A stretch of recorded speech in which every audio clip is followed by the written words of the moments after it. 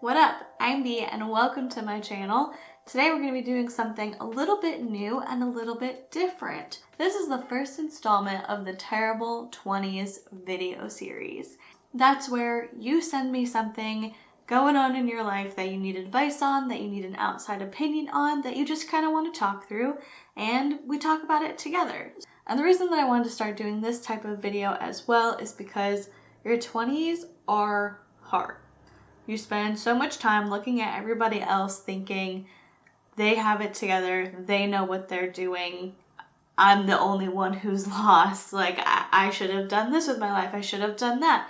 Everyone else is living their dream, you know, whoever is married with kids and has a house, whoever's traveling for fun, backpacking through Europe, whatever they're doing, they all seem like they know what's up. And sometimes you just feel like you're lost. So I'm halfway through my 20s. I've learned a lot. I think I'm in a pretty good spot now, and I figured if I could help you with something, why not? So let's go ahead and get started. Here's the question that you and I are going to be answering for the first Terrible 20s video ever. I just enrolled in school and I'll have to make monthly payments to pay it off. How do I budget?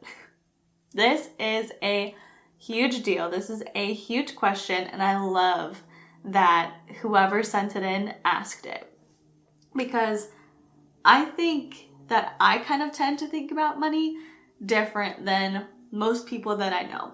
So when it comes to handling money, the first thing I want to encourage you to do is get your mindset right about it. I don't know what your current mindset is about money, but with a lot of people, it seems to be stressed, angry, feeling like they don't have enough money, feeling like money is bad. But I want to encourage you to start thinking about money as a positive thing, as something that is a tool that helps you get through life, that you can be grateful for, that is just a positive thing. Don't think about the negatives. Don't stress about money. And I know that it sounds kind of flippant to say that, but trust me, just get it in your head. Even if you don't believe it right now, even if you don't think it's true for you right now, just think money is an unlimited resource. I always have enough money. Money comes and goes. Like, it's free flowing through my life. Sometimes I'll have a lot. Sometimes I might not have as much, but I always have enough.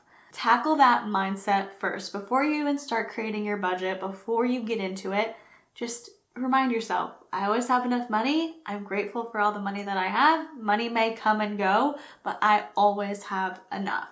And think of it in a positive way. Be like, I'm so grateful that I get to create this budget because I'm spending this money to go to school, to do something that I love, to learn about something I find interesting, and just really approach it with a positive attitude, because that is going to be so helpful, as opposed to coming at it from a stressed attitude, not really happy about it, angry that you have to create a budget, whatever it is. Positivity is going to be way more helpful. So after you've got that in your head, before you start creating your budget, put yourself in some comfy clothes, light a candle, get yourself some coffee or tea or whatever. You're going to need about an hour or two, in my experience, just to make sure you've got everything figured out, look up how much different stuff is going to cost, set aside like a block of time that you know that you're not going to be rushing to get this done, and you can do it in an environment that you feel comfortable and you feel relaxed in. Now, for creating your budget, I would personally do it in Excel. There are tons of budgeting worksheets online though. If you feel like you would feel better about it using a template, feel free. I'm going to look for some online and I'll link them below, but I just use Excel. So at the top, put how much money you make per month. And what you're going to want to do with this is, if you don't have like a salary, if you're doing commissions, if you're doing like different side hustles, look at how much money, like look at your bank statements and see how much money you've made for the past 6, 7, 8 months. Find the average of that and use it. If you are salary, obviously just use your monthly salary. And if you work hourly, go ahead and figure out, if I work 40 hours flat at my rate minus taxes, what is it? And use that. So once you've got that number up there, write down every single thing that you need to spend money on.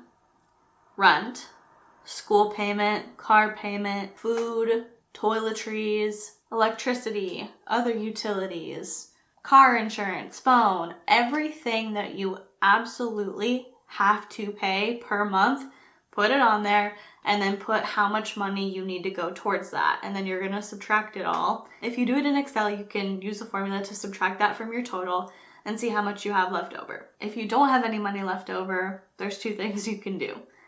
Try and get a job that's gonna pay you more, or ask for a raise at work, do more jobs, whatever. Or you can try and trim the fat within the things that you need to spend money on. If you've been wanting to refinance your car so you can get a lower car payment, make the call, put in the application, see what you can do.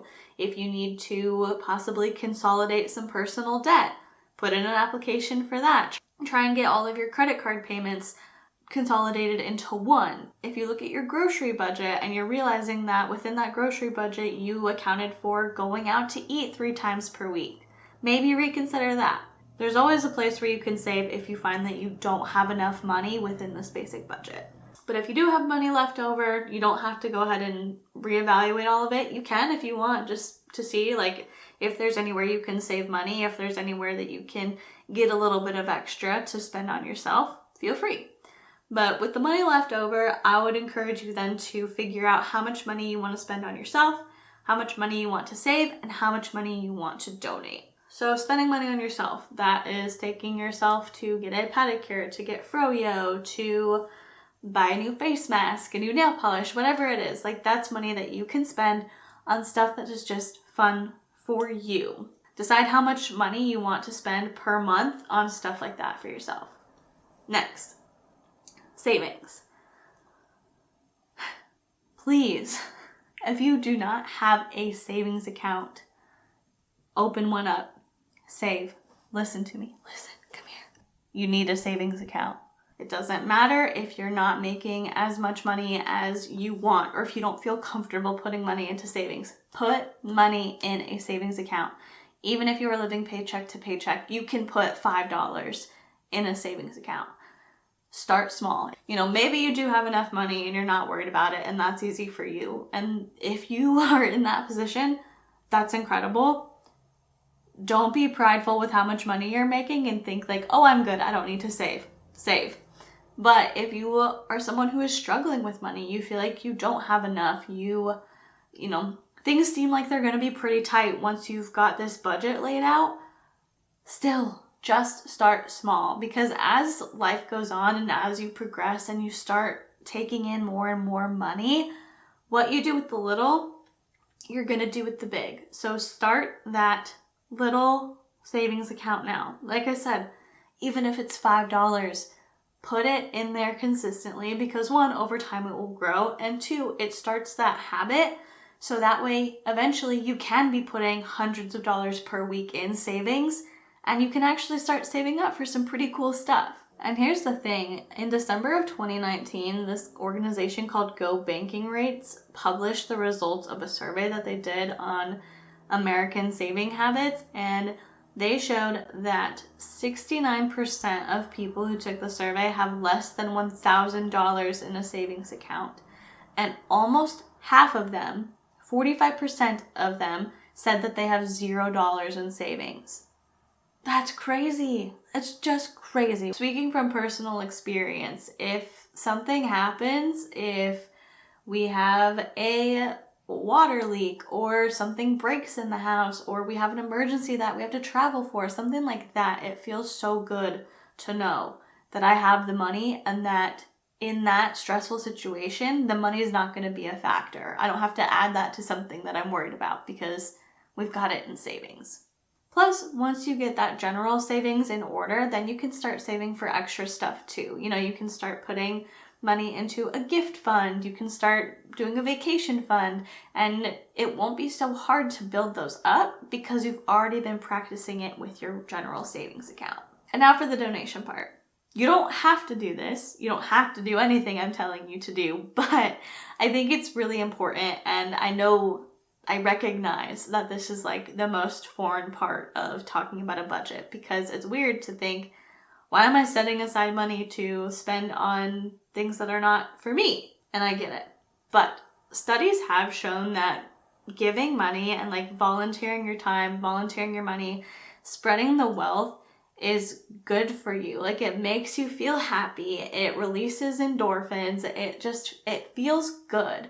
And it adds to your overall sense of happiness and joy. Plus it's helpful for others. And personally, I think that if you have the capability to help somebody else, it's just a nice thing to do. And this might be a little bit out there for you, but if you believe in manifestation at all or law of attraction at all, giving money away shows the universe that you respect the money, that you know that money is an unlimited resource. It's always flowing through you. You're always going to have enough, and you handle your money responsibly. You're a good steward of your money because you are spending it on the things you need. You're spending it to reward yourself a little bit, you're saving some, and you're giving some away. You're doing something good with it. And so in theory with manifestation, then doing that shows the universe it can trust you with more because you're going to do good things with it. So there are plenty of reasons to set aside a specific amount of money to donate. It makes you feel good. It elevates your happiness and your overall satisfaction within your life. It helps other people, and depending on what you believe, it can even bring more money into your life and more financial freedom. So I would recommend you do it. My favorite way to do this is to set aside money to use as a tip when we go out to eat. You know, if we go, the meal is $40 and we leave somebody a cool 20, I'm like, ooh, they're gonna be so excited. And it just makes me feel good because I know that it's directly going to someone else. Some people don't like to give to organizations because they're like, oh, it's just gonna go to the CEO. It feels so impersonal and you don't know who is actually helping. But when someone's like serving you food and bringing you things that you need and being helpful, it's really cool to look at them and know that like, I'm gonna give them something that's gonna make them happy. But that's basically the basics of budgeting. It can be really intimidating at first, but once you kind of break it down and you start doing it, it becomes a lot easier. That is all I have for today. Thank you so much for sending in this question. Best of luck at school. Best of luck budgeting. I know you're going to be incredible at it. And for the rest of you, go ahead and leave me a comment down below letting me know what your favorite money saving tip is or what your favorite budgeting tip is. And while you are doing that, if you would give this video a like or consider subscribing to my channel, that would be incredible. And if you are subscribed already, thank you so much. I love being able to just sit here, hang out with you, and talk about whatever. And if you want your question on the next Terrible 20s episode, go ahead and hit the link in my description box for the survey and fill it out there, and you might just see your question up here. With all that being said, I'm going to go ahead and let you go. Please be kind to people, and I will see you in the next one. Bye.